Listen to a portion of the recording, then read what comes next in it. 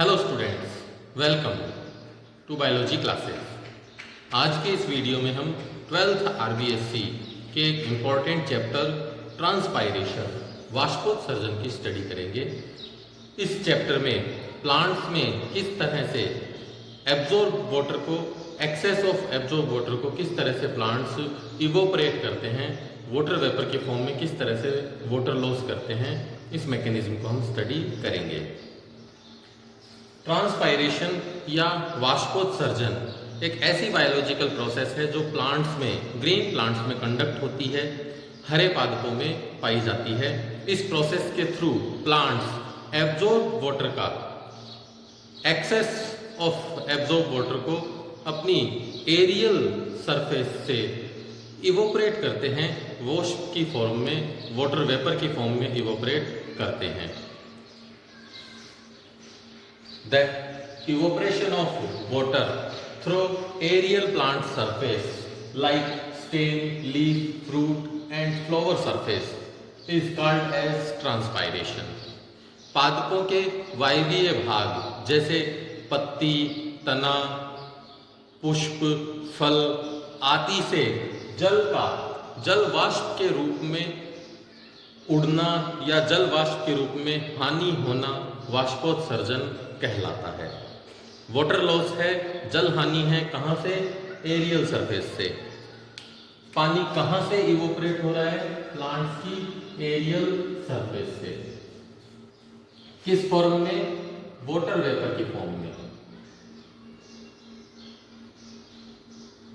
जल वाष्प। तो जब प्लांट्स अपनी एरियल सरफेस से, वायवीय सतह से पानी को वाष्प की फॉर्म में, वेपर की फॉर्म में लॉस करते हैं, तो इस कंप्लीट प्रोसेस को ट्रांसपायरेशन कहा जाता है। ये ट्रांसपायरेशन की process total absorb water, plants transpiration के थ्रू टोटल एब्जॉर्ब वाटर का 99% पार्ट इवोपरेट कर देता है वाटर वेपर की फॉर्म में। टोटल एब्जॉर्ब वाटर का 99% पार्ट ऑफ वाटर इवोपरेट होता है प्लांट सरफेस से। Remaining 1% part, total absorb water का केवल 1% पार्ट ही प्लांट्स यूटिलाइज कर पाता है अपनी वेरियस मेटाबॉलिक एक्टिविटीज में। इसका मतलब यह है कि प्लांट्स ने जितना भी पानी एब्जॉर्ब किया है, उस एब्जॉर्ब वाटर में से केवल 1% वाटर, एब्जॉर्ब वाटर का केवल 1% पार्ट ही प्लांट्स यूज कर पाते हैं। बाकी रिमेनिंग 99% पार्ट ये इवोपरेट कर देते हैं वाटर वेपर की फॉर्म में, वाष्पित कर देते हैं जल वाष्प की फॉर्म में। ट्रांसपायरेशन की प्रोसेस इवोपरेशन के इक्वल ही होती है, वाष्पन के समान ही होती है, बट कुछ पॉइंट्स में ये डिफरेंस शो करती है इवोपरेशन से, वाष्पन की प्रोसेस से डिफरेंस शो करती है। तो यदि हम ट्रांसपायरेशन और इवोपरेशन में डिफरेंस देखें तो कुछ मूलभूत फंडामेंटल डिफरेंस है ट्रांसपायरेशन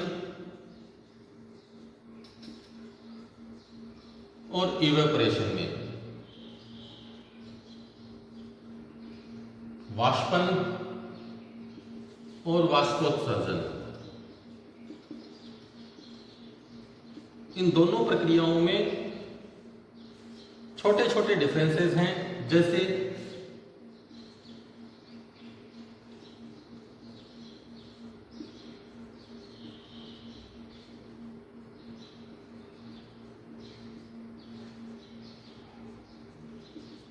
ट्रांसपायरेशन एक बायोलॉजिकल प्रोसेस है। बायोलॉजिकल प्रोसेस किस फॉर्म, किस वे में है? क्योंकि ये प्लांट्स के थ्रू कंडक्ट होती है।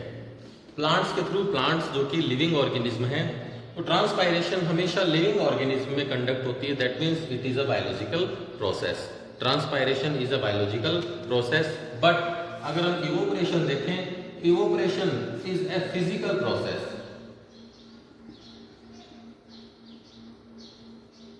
भौतिक प्रक्रिया है।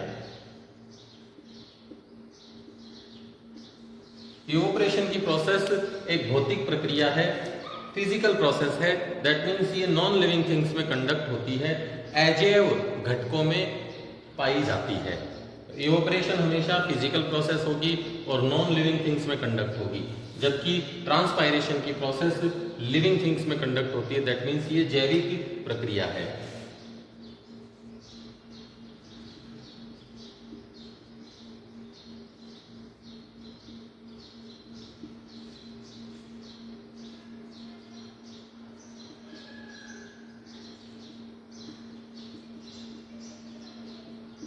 ट्रांसपायरेशन जो हमेशा किस में मिलता है? लिविंग प्लांट्स में मिलता है, जीवित पादपों में होता है, जबकि इवोपरेशन की प्रोसेस हमेशा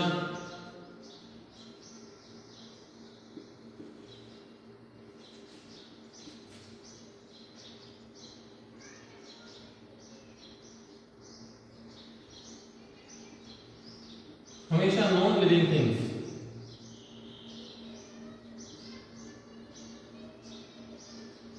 हमेशा अजैविक घटकों में पाई जाती है। अजैविक घटक जैसे किसी भी सरफेस से, जैसे सॉइल सरफेस से वाटर का इवोपरेट होना, मृदा सतह से जल का इवोपरेट होना, या किसी अदर नॉन लिविंग थिंग जैसे कपड़ों की सरफेस से, गीले कपड़ों से वाटर का इवोपरेट होना, ये सब क्या है? इवोपरेशन प्रोसेस है, जो कि नॉन लिविंग थिंग्स में कंडक्ट हो रही है, जबकि ट्रांसपायरेशन की प्रोसेस लिविंग थिंग्स में कंडक्ट होती है।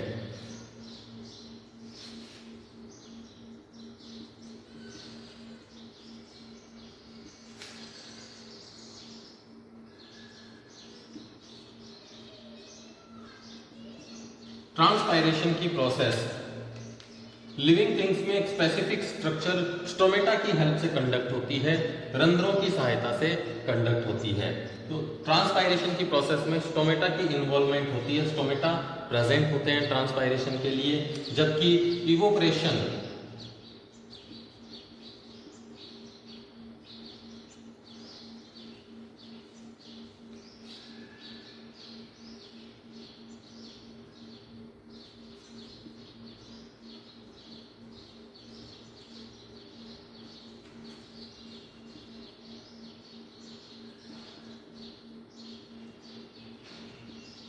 इवोपरेशन की प्रोसेस हमेशा नम सतह, गीली सतहों से, वेट सरफेस से और वाटर सरफेस, जल सतह पर कंडक्ट होती है।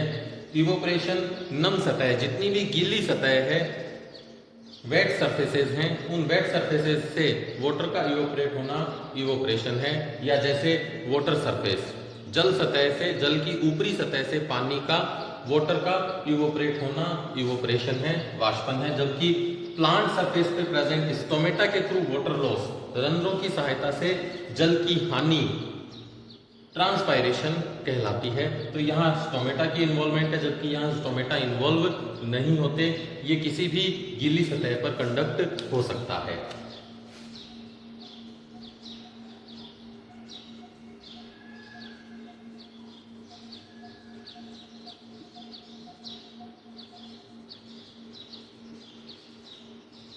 ट्रांसपायरेशन जो स्टोमेटा की हेल्प से होता है, रंध्रों की सहायता से होता है, इन रंध्रों की सहायता से वाटर का इवोपरेट होना, दैट मीन्स ट्रांसपायरेशन की प्रोसेस हमेशा रेगुलेट रहेगी स्टोमेटा में प्रेजेंट एक स्पेसिफिक सेल, गार्ड सेल से।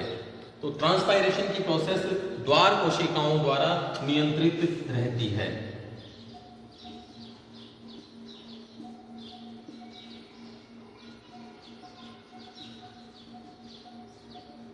ट्रांसपायरेशन द्वार कोशिकाओं द्वारा नियंत्रित होता है, जबकि इवोपरेशन में गार्ड सेल्स का कोई रोल नहीं होता है।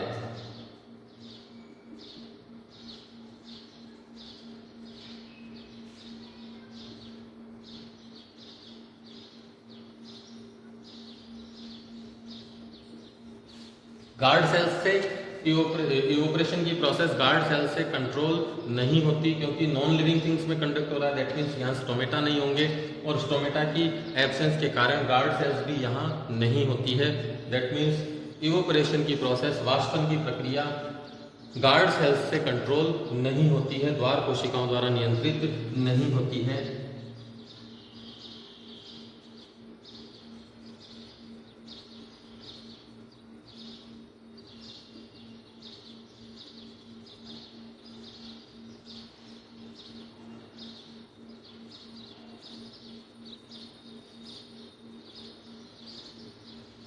ट्रांसपायरेशन की प्रोसेस को कंट्रोल करने के लिए बहुत सारे फैक्टर्स काम करते हैं। वाष्पोत्सर्जन की प्रक्रिया अनेक कारकों द्वारा निर्धारित की जाती है या प्रभावित होती है। ये कारक जो कि बायोलॉजिकल हो सकते हैं, जैविक फैक्टर हो सकते हैं या फिजिकल फैक्टर।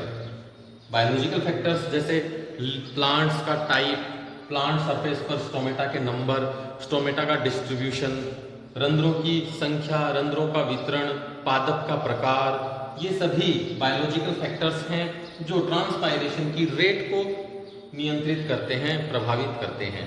इसी तरह से कई ऐसे फिजिकल फैक्टर्स हैं जो ट्रांसपायरेशन को प्रभावित करेंगे, जैसे एब्सेंस और प्रेजेंस ऑफ सनलाइट, सूर्य के प्रकाश की उपस्थिति या अनुपस्थिति, टेम्परेचर, एयर, विंड वेलोसिटी, हवा का बहाव, उपलब्ध पानी की उपलब्धता, वाटर अवेलेबिलिटी, ये सारे फिजिकल फैक्टर्स हैं जो ट्रांसपायरेशन को कंट्रोल करते हैं। जबकि इवोपरेशन केवल फिजिकल फैक्टर से अफेक्ट होता है।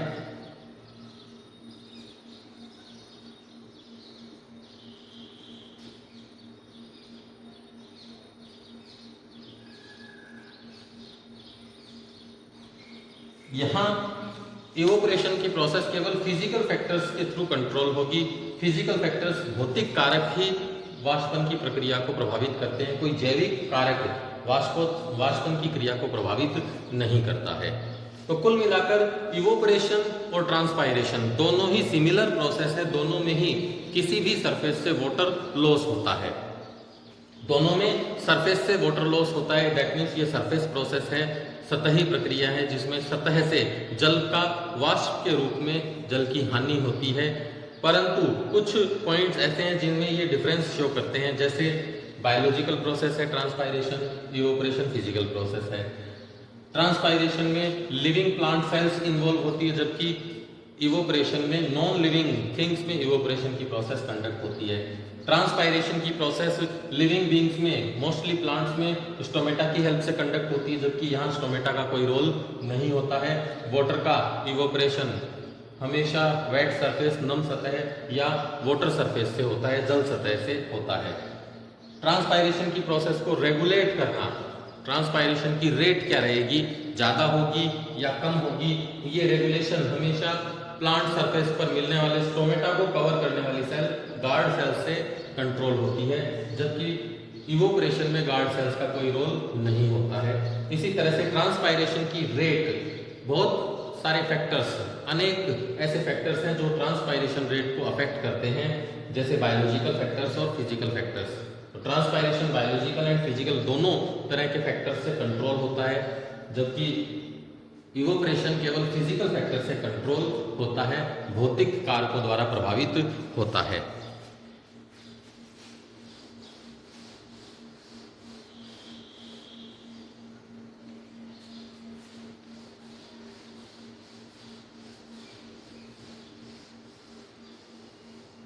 ट्रांसपायरेशन की प्रोसेस वाष्पोत्सर्जन की प्रक्रिया जो कि पादप की वायवीय सतह से संपन्न होती है, पादप की एरियल, प्लांट्स की एरियल सरफेस से कंडक्ट होती है। इस एरियल सरफेस से कंडक्ट होने वाली ये ट्रांसपायरेशन की प्रोसेस अलग अलग प्रकार की होती है। नेक्स्ट टॉपिक हम लेंगे टाइप्स ऑफ ट्रांसपायरेशन, वाष्पोत्सर्जन के प्रकार।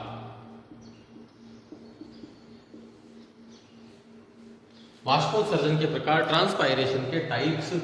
प्लांट्स में ट्रांसपायरेशन प्रोसेस में इन्वॉल्व होने वाली प्लांट सरफेस के बेस पर ट्रांसपायरेशन 3 प्रकार का होता है।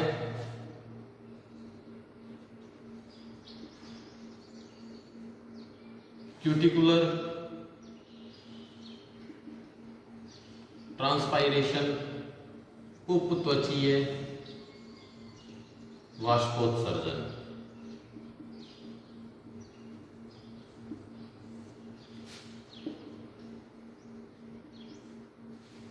प्लांट्स में ट्रांसपायरेशन की प्रोसेस 3 प्रकार से कंडक्ट होती है। ट्रांसपायरेशन 3 तरह का होता है, जिसमें पहला है क्यूटिकुलर ट्रांसपायरेशन या उपत्वचीय वाष्पोत्सर्जन।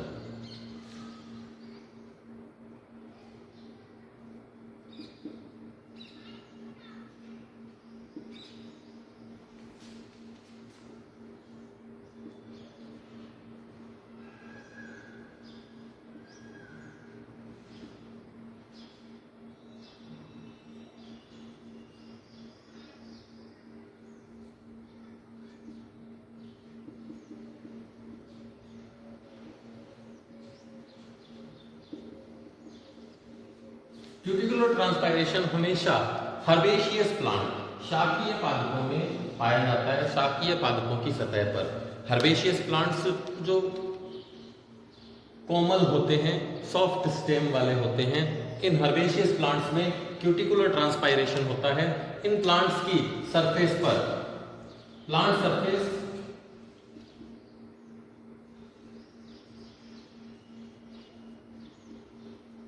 हमेशा एक स्पेसिफिक लेयर से कवर्ड रहती है जिसे क्यूटिकल कहा जाता है।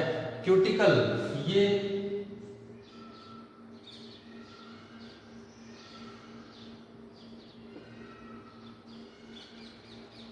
वैक्स कंटेनिंग सरफेस है, यानी ये एक मोमीय परत होती है, वैक्सी नेचर की सरफेस है क्यूटिकल। क्योंकि वैक्सी नेचर की है, दैट मीन्स ये वाटर लॉस को रोकने का काम करती है। वैक्स की प्रेजेंस है, वैक्सी नेचर की है। वैक्सी नेचर का होने के कारण क्यूटिकल जनरली प्लांट सरफेस से वाटर लॉस को रोकती है, जल हानि को रोकती है। पर हर्बेशियस प्लांट्स में ये क्यूटिकुलर सरफेस, जो क्यूटिकल है, ये थिन लेयर्ड होती है। थिन लेयर्ड होने के कारण वाटर इवोपरेशन यहां से इजी वे में कंडक्ट होता है। थिन लेयर के कारण इन प्लांट्स में क्यूटिकुलर सरफेस, थिन क्यूटिकल की हेल्प से ट्रांसपायरेशन की प्रोसेस इजी वे में कंडक्ट हो जाती है। तो इस तरह से जब प्लांट्स में क्यूटिकुलर सरफेस में जब क्यूटिकुलर सरफेस थिन लेयर्ड होगी तो उस वे में इस थिन लेयर्ड क्यूटिकल की प्रेजेंस के कारण प्लांट्स कुछ मात्रा में एब्जॉर्ब वाटर को वाटर वेपर की फॉर्म में इवोपरेट कर देता है। तो ऐसे प्लांट्स जिनमें क्यूटिकल की हेल्प से ट्रांसपायरेशन की प्रोसेस कंडक्ट होती है तो उसे क्यूटिकुलर ट्रांसपायरेशन कहा जाता है। ये टोटल ट्रांसपायरेशन का 10% पार्ट होता है।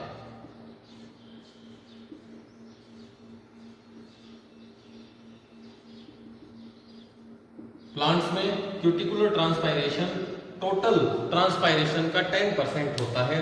10% प्लांट्स वाटर का इवोपरेशन 10% वाटर का इवोपरेशन अपनी क्यूटिकल की हेल्प से करते हैं। सेकेंड टाइप है लेंटिसिलर ट्रांसपायरेशन।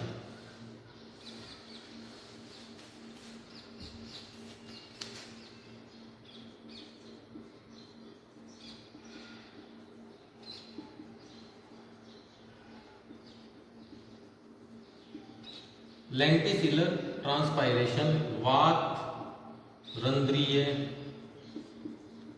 वाष्पोत्सर्जन। वात रंध्रीय लेंटिसिलर ट्रांसपायरेशन लेंटिसिल्स की हेल्प से होता है।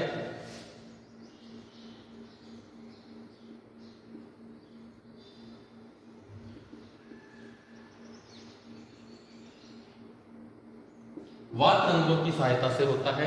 ये ट्रांसपायरेशन जनरली वुडी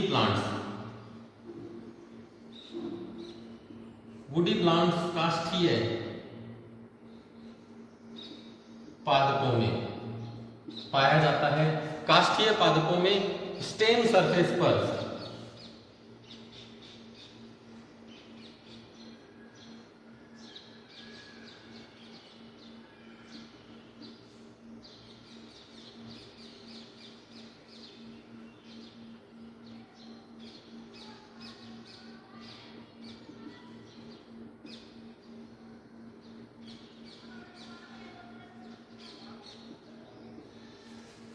जितने भी वुडी प्लांट्स हैं, इन वुडी प्लांट्स की स्टेम सरफेस पर बड़े बड़े एयर चैम्बर्स, बड़े बड़े छेद पाए जाते हैं, एयर पोर्स प्रेजेंट होते हैं। इन्हीं large air pores, air holes को लेंटिसिल कहा जाता है। इन बड़े बड़े वायु छिद्रों को वात रंध्रीय छिद्र कहा जाता है। प्लांट्स जो वुडी प्लांट्स हैं, इन वुडी प्लांट्स में वात रंध्रों की सहायता से, लेंटिसिल की सहायता से ट्रांसपायरेशन की प्रोसेस कंडक्ट करवाई जाती है। ये प्रोसेस टोटल ट्रांसपायरेशन का 0.1 to 1% होती है।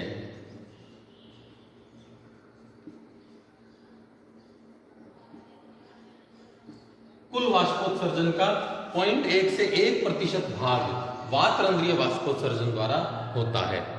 टोटल वाष्पोत्सर्जन जितना भी हो रहा है प्लांट्स में, उसका 0.1 से 1% पार्ट लेंटिसिलर ट्रांसपायरेशन प्रकार का होता है।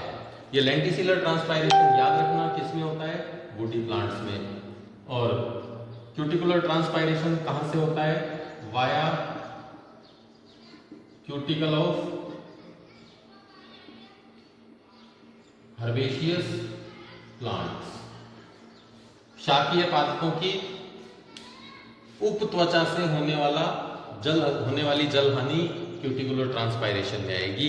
ये कितना है? टोटल 10%, टोटल वाष्पोत्सर्जन का 10%। लेंटिसिलर किसमें होगा? वुडी प्लांट्स में। वुडी प्लांट्स की स्टेम सरफेस पर लार्ज एयर चैम्बर्स, बड़े बड़े एयर चैम्बर्स प्रेजेंट होते हैं, वायु कोष्ठक पाए जाते हैं, और इन्हीं वायु कोष्ठकों से जल की हानि होती है, जिसे लेंटिसिलर ट्रांसपायरेशन कहा जाता है। ये लेंटिसिलर ट्रांसपायरेशन टोटल ट्रांसपायरेशन का 0.1 से 1% पार्ट होता है। और थर्ड टाइप है स्टोमेटल ट्रांसपायरेशन।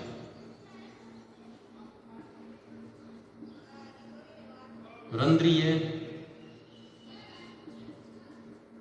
वाष्पोत्सर्जन। रंध्रीय वाष्पोत्सर्जन स्टोमेटल ट्रांसपायरेशन कंडक्ट होता है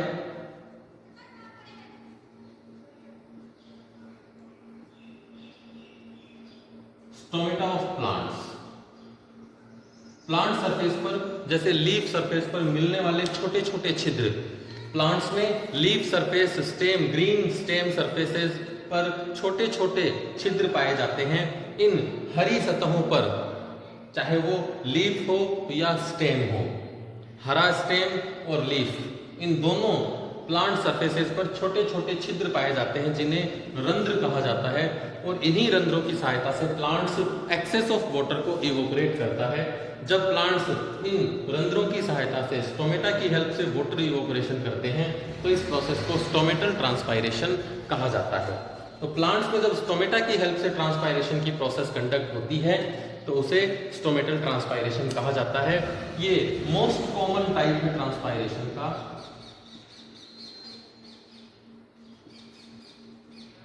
मोस्ट कॉमन टाइप है, यानी सबसे ज्यादा मिलने वाला ट्रांसपायरेशन है। ये टोटल ट्रांसपायरेशन का 90 to 98% part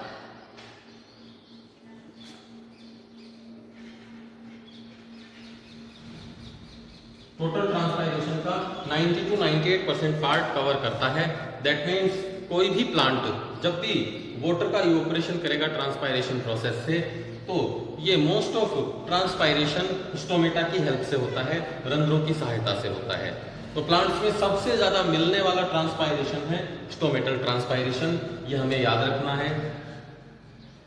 which type of transpiration is found in most commonly found in plants.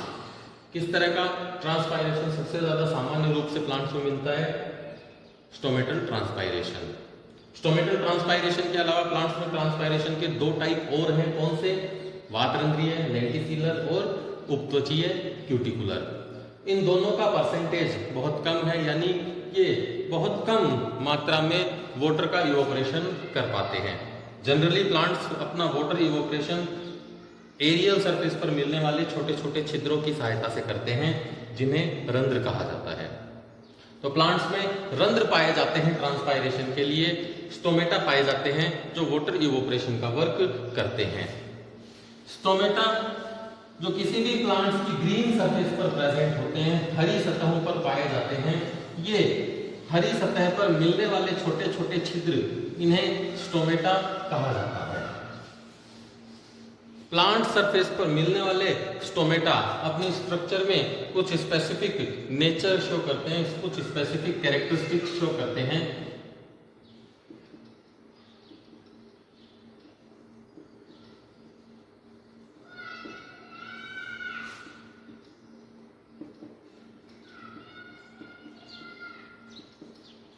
यदि हम प्लांट्स में रंध्रों की संरचना देखें, अगर स्टोमेटा जो कि एक इंपॉर्टेंट स्ट्रक्चर है ट्रांसपायरेशन प्रोसेस को कंडक्ट करवाने के लिए। रंध्र की स्ट्रक्चर देखें तो रंध्र अपनी स्ट्रक्चर में दो तरह की सेल्स से मिलकर बना होता है।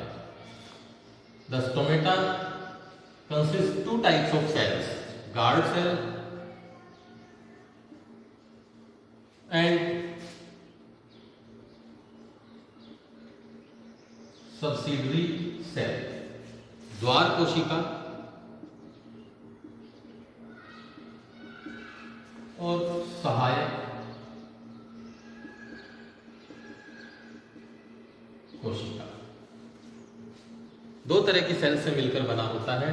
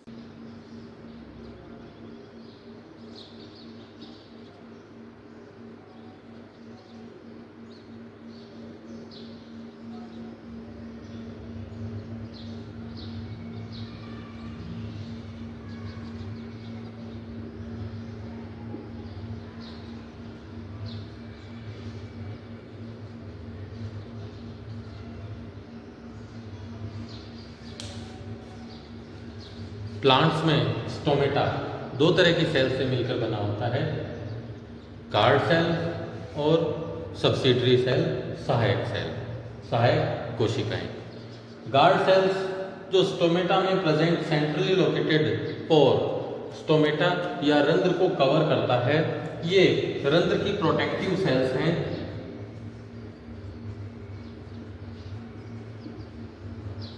Protective cell of stomata.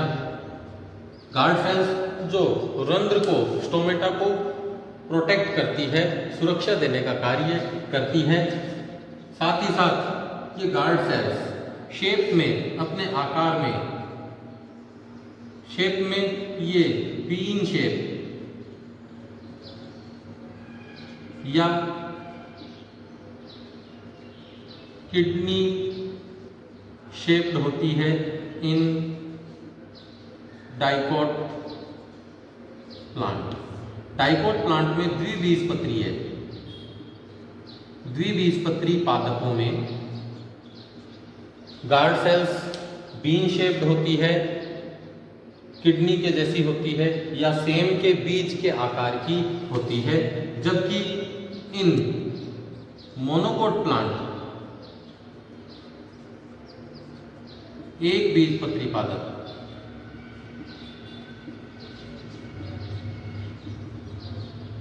एक बीजपत्री पादपों में यही guard cells dumbbell shape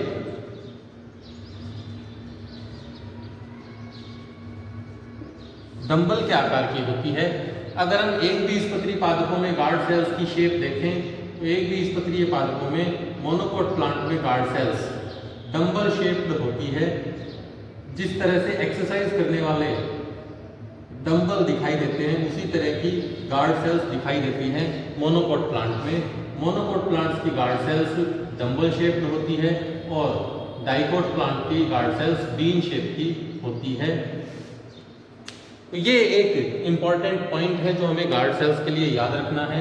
dicot plant में ये बीन शेप या किडनी शेप की होगी, किडनी के आकार की, और मोनोकोट प्लांट में ये डंबल शेप की होती है, डंबल के आकार की होती है। गार्ड सेल्स जो स्टोमेटा के दोनों ओर प्रेजेंट होती हैं, ये गार्ड सेल्स एक तरह से एपिडर्मल सेल्स का ही मॉडिफिकेशन है। It is a modification of epidermal cell. ये एपिडर्मल सेल बाह्य त्वचीय कोशिकाओं का ही रूपांतरण होती है। ये अदर एपिडर्मल सेल से डिफरेंट होती है क्योंकि इनमें क्लोरोप्लास्ट प्रेजेंट होता है। क्लोरोप्लास्ट की प्रेजेंस के कारण ये guard cells other epidermal cells से डिफरेंट दिखाई देती है, क्लोरोप्लास्ट की प्रेजेंस के कारण। गार्ड सेल्स की वॉल द्वार कोशिकाओं की भित्ति या दीवार स्पेसिफिक नेचर शो करती है, विशेष प्रकार की प्रकृति रखती है। यदि हम गार्ड सेल्स की आउटर और इनर वॉल को देखें तो आउटर और इनर वॉल में कुछ डिफरेंस मिलता है। गार्ड सेल्स की आउटर वॉल थिन होती है, पतली होती है, और साथ ही साथ ये इलास्टिक नेचर की होती है। प्रत्यास्थ प्रकृति में अपनी नेचर में गार्ड सेल्स की आउटर वॉल, बाहर वाली वॉल थिन और इलास्टिक होती है, पतली और प्रत्यास्थ होती है, अर्थात ये फैल सकती है। जबकि इनर वॉल थिक होती है, मोटी होती है और नॉन इलास्टिक, अप्रत्यास्थ, नॉन इलास्टिक अप्रत्यास्थ होती है। आउटर और इनर वॉल में मिलने वाली ये नेचर स्टोमेटा के ओपन और क्लोज होने की प्रोसेस में हेल्प करते हैं। आउटर वॉल के थिन होने के कारण स्टोमेटा की ओपनिंग और क्लोजिंग इजी वे में कंडक्ट हो पाती है। आउटर वॉल हमेशा कैसी रहेगी? इलास्टिक और थिन, जबकि इनर वॉल कैसी होगी? Non elastic and thick. Non elastic और थिक होने के साथ साथ गार्ड सेल्स में सेल्फ न्यूक्लियस मिलता है, खुद का न्यूक्लियस प्रेजेंट होता है, जो गार्ड सेल्स की मोस्ट ऑफ एक्टिविटीज को कंट्रोल करता है। गार्ड सेल्स के चारों ओर स्टोमेटा में कुछ स्पेसिफिक सेल्स प्रेजेंट होती हैं, जिन्हें सब्सिडरी सेल्स या सहायक कोशिकाएं कहा जाता है। ये सहायक कोशिकाएं नेचर में हेल्पिंग होती है, सहायता करती है। ये गार्ड सेल्स की सहायता करती है स्टोमेटा को ओपन और क्लोज होने में। स्टोमेटा की ओपनिंग और क्लोजिंग मैकेनिज्म में गार्ड सेल्स को हेल्प करने के लिए सब्सिडरी सेल्स प्रेजेंट होती है, जो गार्ड सेल्स के नियर बाई लोकेट होती हैं। ये सब्सिडरी सेल्स नंबर में जनरली 5 से 6 होती है। 5 से 6 सब्सिडरी सेल्स गार्ड सेल्स के चारों ओर प्रेजेंट होती है, जबकि गार्ड सेल्स अपने नंबर में 2 होती है। 2 गार्ड सेल्स प्रेजेंट होती हैं। मोनोकोट प्लांट में ये डंबल शेप की होगी और डाइकोट प्लांट में ये बीन शेप की गार्ड सेल्स प्रेजेंट होती है। तो इस तरह से यदि हम स्ट्रक्चर देखें, रंध्र की संरचना देखें, तो संरचना में रंध्र 2 तरह की सेल्स से मिलकर बना है, गार्ड सेल्स और सब्सिडरी सेल्स। गार्ड सेल्स के नंबर 2 होंगे, सब्सिडरी सेल्स के नंबर 6 होते हैं, 5 से 6। गार्ड सेल्स जो सेंट्रली लोकेटेड पोर, केंद्र में उपस्थित रंध्र को कवर करती है और रंध्र को प्रोटेक्शन देने का काम करती है। साथ ही साथ ये स्टोमेटल ओपनिंग और क्लोजिंग मैकेनिज्म को कंट्रोल करती है। गार्ड सेल्स का मेजर फंक्शन क्या है? It controls the opening and closing of stomata.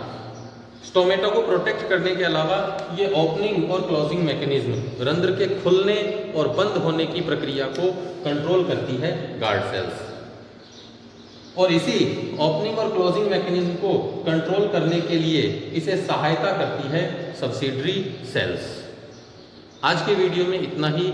Next video में हम बात करेंगे टाइप्स ऑफ स्टोमेटा, स्टोमेटा के प्रकार, रंध्रों के प्रकार and mechanism of opening and closing of stomata, रंध्रों के खुलने और बंद होने की प्रक्रिया।